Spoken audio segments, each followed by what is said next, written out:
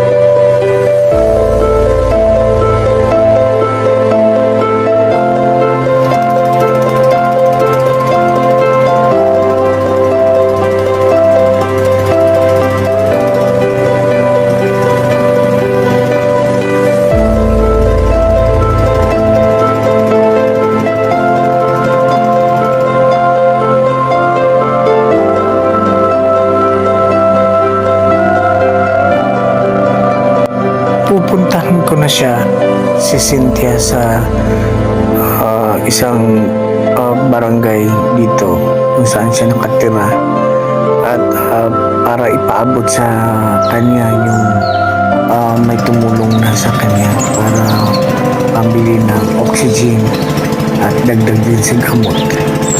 Tatawirin ko ang bukana pagitan ng ilog at dagat para matawid ko yung kabila, kasi ang tinitirahan ko dito sa lugar na to ay isang isla na kung saan may tulay pero hindi pa naman nagana, kaya dadaan muna kami sa ilalim, tatawid, sasakay ng bangka. Medyo nakakatakot sa gabi kasi malaki ang alon na dyan, pero sinadya ko medyo hapon-hapon na para hindi gaano malaki ang alon at hindi nakakatakot.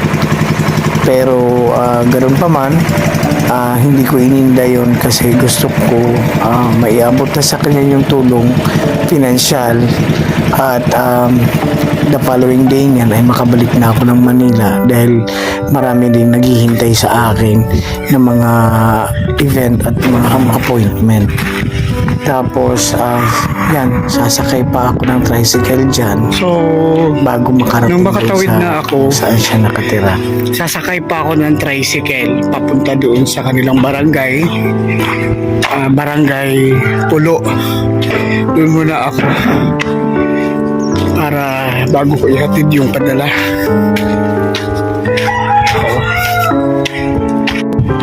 Saan dyan? Sa Pulo.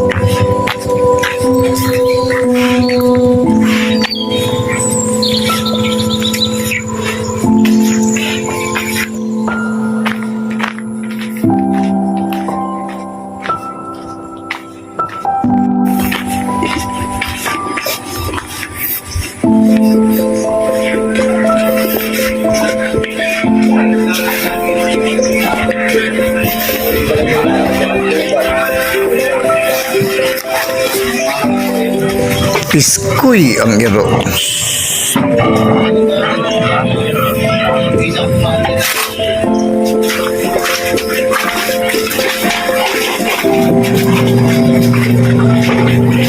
Halina, tita. Andito na yung best friend mo. Ay!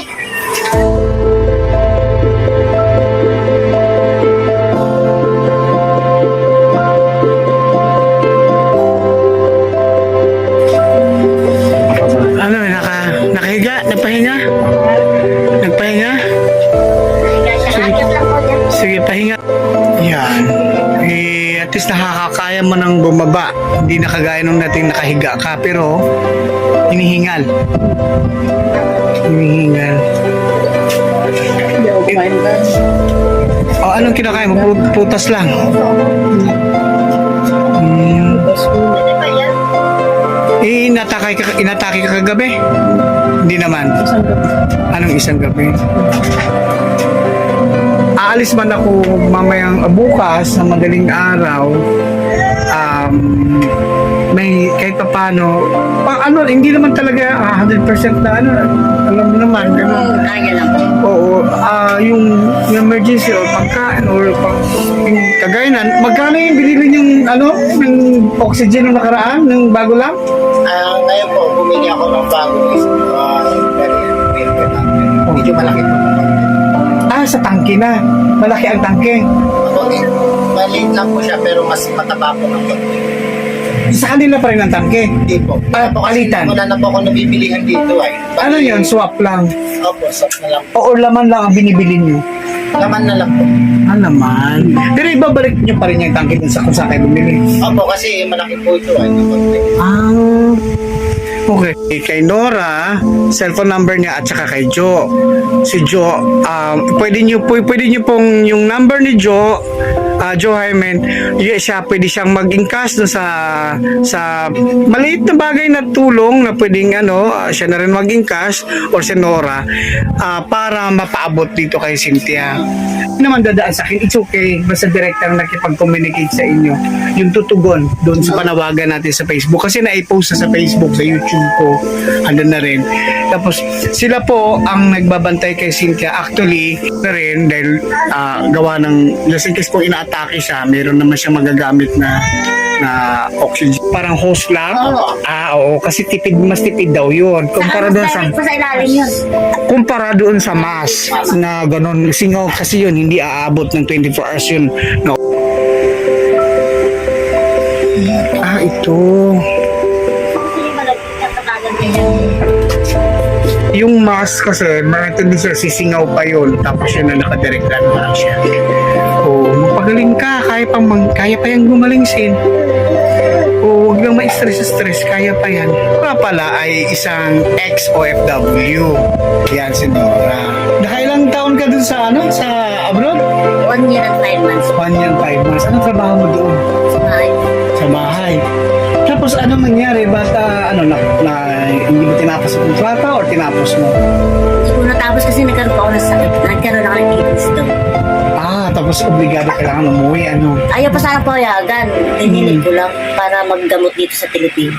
Oy, mas mabait yung amo mo at pumayag na umuwi ka na lang. Hili ko yung principle. Pauwi. Hindi ka na pinabayad doon sa kulang na araw na buwan na sa kontrata. Talaga. Kasi, kamusta naman ang health condition mo? Okay naman na. May time lang na pag malamig. Okay. Kung matatandaan niyo po, meron ako mga video na lumabas, mga picture na doon sa last, kasi si Cynthia, meron siyang wedding parang nung last February 15. Ilang years na mula doon? 2 years na. 2 years. 2 years ago. 2020 ang 21 eh. 2 years ago. Ewan ko kung pwede bang sabihin ko. Sige, okay. Marami natutuwa dyan. Okay. Kasi si Nora yung naunang asawa nung napakasalan si Cynthia.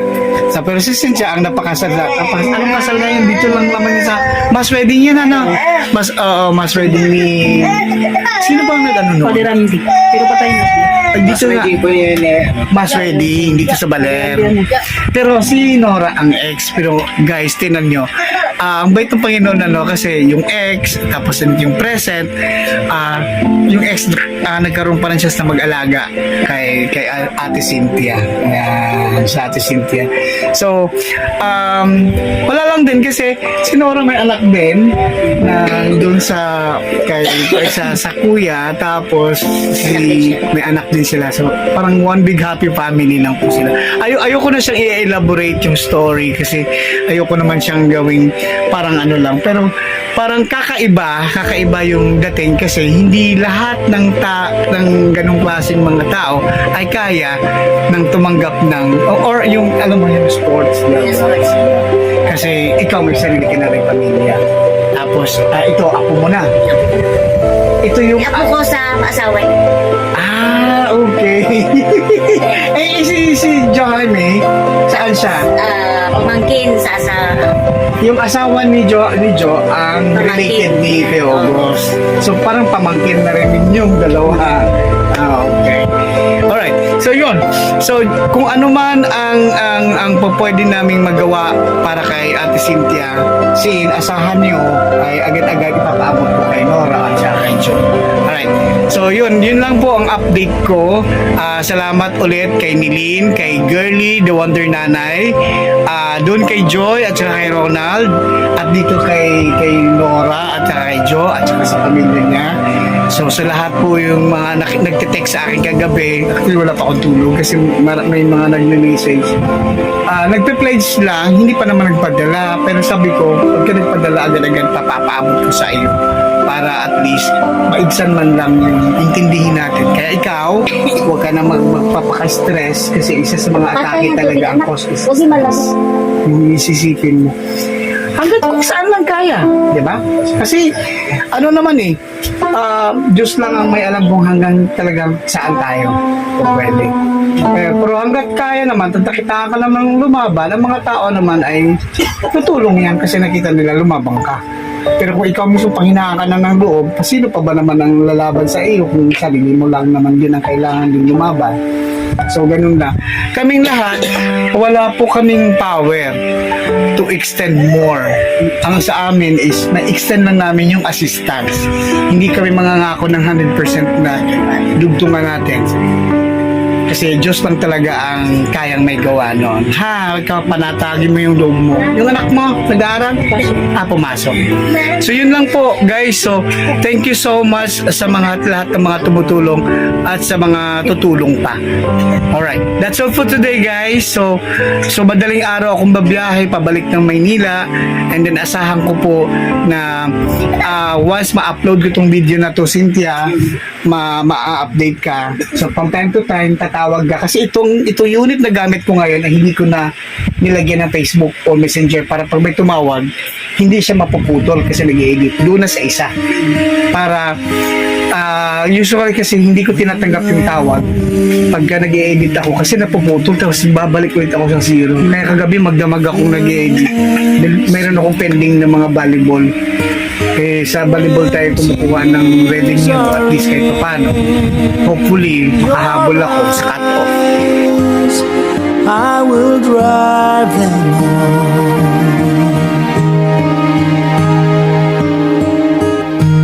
I'm on your side. Oh, Maraming salamat sa lahat ng tumutulong once again at doon pa sa mga tutulong pa. Actually bago ko na-upload itong na-publish itong video na to, may tumugon na sa panawagan dahil nakapag-post na rin ako sa FB. May mga initial content na tayo dito. Salamat talaga sa inyong lahat. Lalo na yan kay Jo Jaime na siya ang naglalakad sa lahat ng medical at mga assistance dito sa local government ng Baler. And then kay Nora na siya ang nagbabantay sa hospital nung na-ICU po si Ate Cynthia. Maraming salamat. Ang medical condition po ni Cynthia ay diabetic, may hypertension, may komplikasyon na po siya sa kanyang diabetes.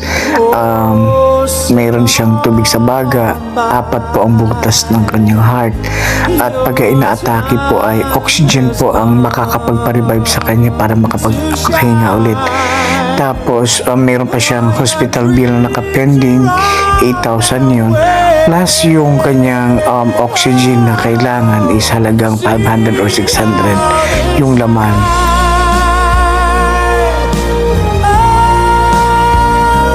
Ano ang pinakakailangan mo talaga ngayon sa ngayon? Oxygen, tapos gamot.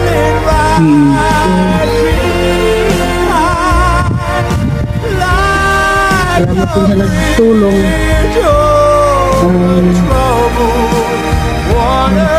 Hindi na kita pasasalitain, hinihingal ka na.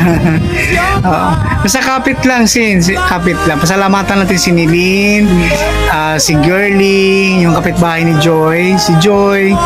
Kasi yun ang unang dinatnan ko rito. Tapos si Jojo, kausap ko. Mapapadala si Jojo. So thank you. Knows me inside out. Helps keep me Babalik masaya na. Babalik pa naman ako. without a doubt that I could move a mountain. Ayun lang. Lumabang ka. Puputin kita dyan. Minsan sa isang gabi 2 beses ang inaatake, mawawalan po siya ng malay, tapos marirevive na lang po siya pagka tinutusok-tusok yung kanyang talampakan. Tapos kaya naman po ganun kasi namamagana po yung puso niya, and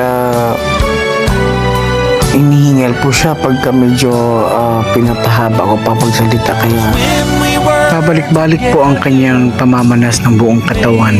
Yung tsura na yan, namamanas na rin po siya. Minamuti ko na lang po, huwag na siyang pasalitain.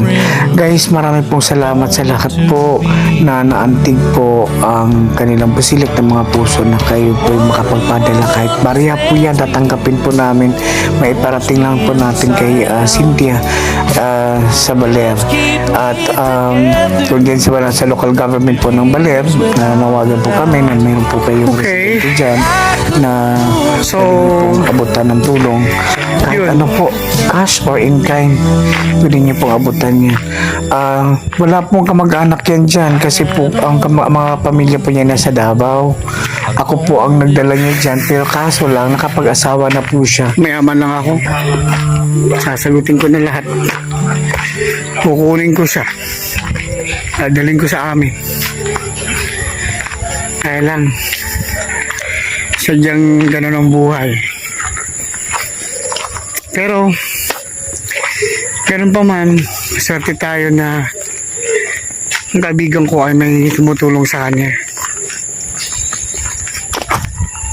Thank you so much, guys. Sa panonood yun sa video to, isang malaki suporta na yan. At maaari makabalik pa ako rito or kahit man na makapadala pa ako ulit dito sa kaibigan ko. Thank you so much. Ako naman po ay pipilitin natin na makagawa ng paraan para po makakalikom ng mga pabarya-baryang tulong na maipaabot natin sa kay Cynthia. And also kay Mari Vlog na nag-instruction sa akin na abutan si Cynthia ng tulong pinansyal. Maraming salamat sa iyo, Mari Vlog. Napakataba po ng puso ninyo. At kahit naman po ay kaibigan ko ay naging kaibigan mo na rin. Maraming salamat, Ma'am Mari Vlog. Buhay OFW in Jeddah. At inyo guys, may bago po tayong naturuan po